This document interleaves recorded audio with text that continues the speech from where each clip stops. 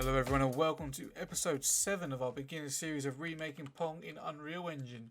Where we left off last time was we've got the power-ups all ready to go, but we just need to make some changes to the pickup functions, and we need to also finish off for the icy power-up as well. So I've added a couple of power-ups into the world and they're all set to ice. So we're going to start off by changing the ice pickup. So we've already got it so that if it picks up, it's going to change the member to icy. So what we need to do is in our player paddle, we need to create a custom event. And we're going to call this one set ice. So this one's a little bit different to how we had it before, because what we're going to do is we're going to have a branch and we're going to check if the paddle in question is icy. If it is, we're going to take a couple of our character movement variables, which are the acceleration and our braking deceleration.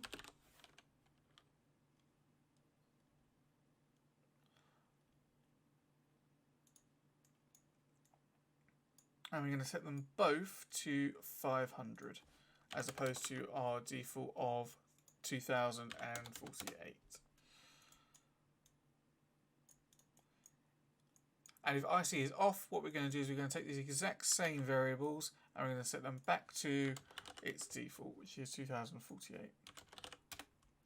So we're going to connect all of these up to the character movement, and we're going to set a delay for 2 seconds before we grab the paddle again, and we're going to set members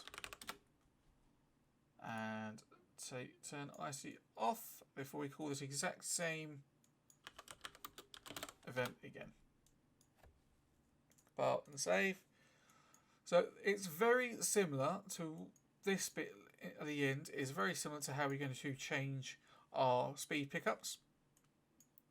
So if I drag all of that down to give us some more time, what we want is when it returns to normal speed, we want to grab what it is and we want to set members for speed to 1.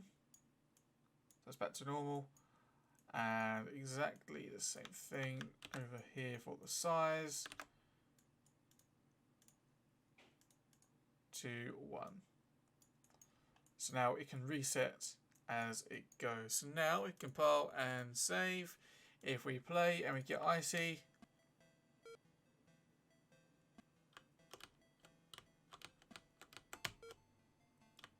we should feel that says the Pong paddle is a lot floatier and the deceleration is a lot harder to control.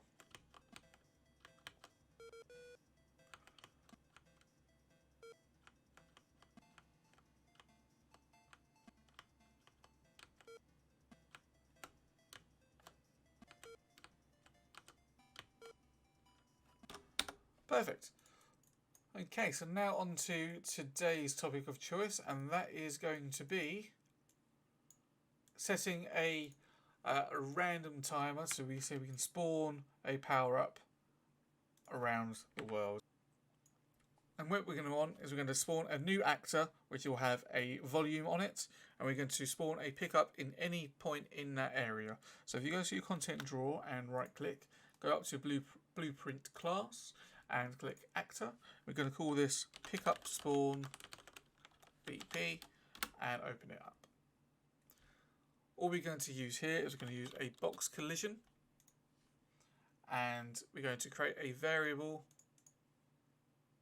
called box extent and call it a vector. Compile and save. Change it to be an instance editable, and on the right hand side you've got a 3D widget option, so we can select that. In the construction script, this is run every frame, so if you was to change any object or any item in this actor, for example the location, the rotation, the transform, anything like that, even if you re-simulate over and over again, it will change and it will run this every time. So if you go get box extent, and we can drag out the box, we can do set box extent,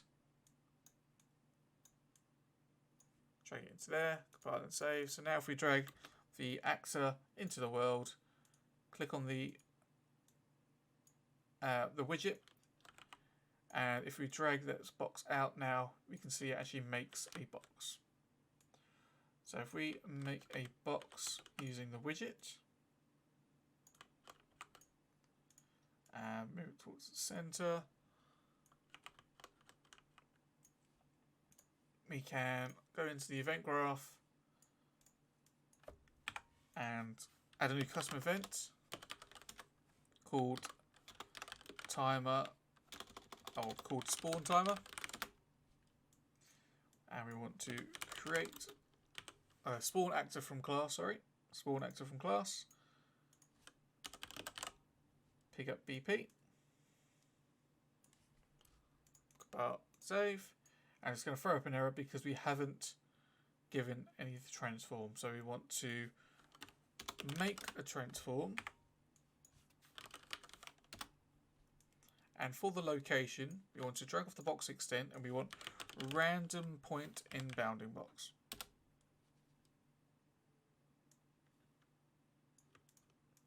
The box extent is the half size and the center can be the get actor location.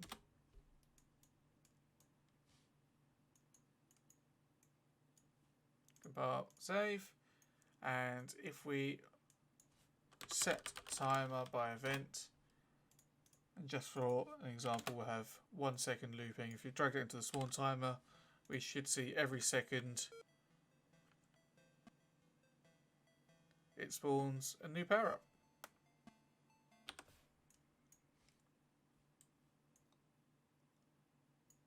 Just to make this a little bit more random, what we can do is we can remove the set timer, we can add a delay into the begin play, and we're going to have a random float in range, and we'll have it between 10 and 20 seconds.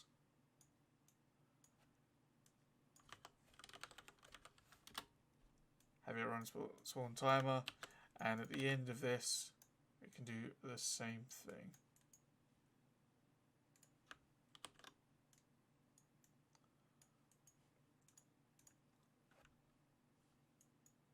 Now the problem with this so far is it's not changing which pickup is being spawned. So we just wait for the first one to come in. There it is. And you can see on the right hand side we've got the delay which continues through the game. There's our next one. So now we just need to change the pickup so it's random. So what we can do is go into our pickup BP, and if we create a begin play event, and we can alt and bring out the pickup type, we can do get number of entries in pickup type enum -1, random integer in range from 0 to this index, and we can make it a pickup type enum. So we want to put it to a byte, and we want to convert that to pickup type enum, drag that in, and there we go. We now have a random power up every 10 to 20 seconds from the game.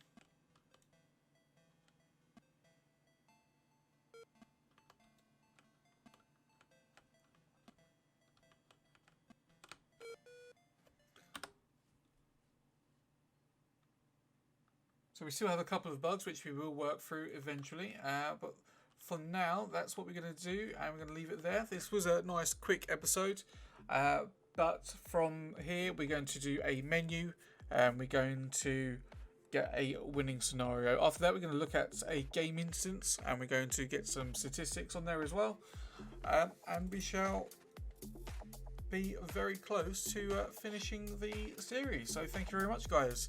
If you enjoyed the video, please hit like. Like I said, this is a short video compared to the last one.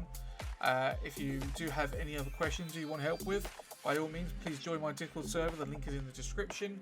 Please subscribe and share, and I shall see you next time.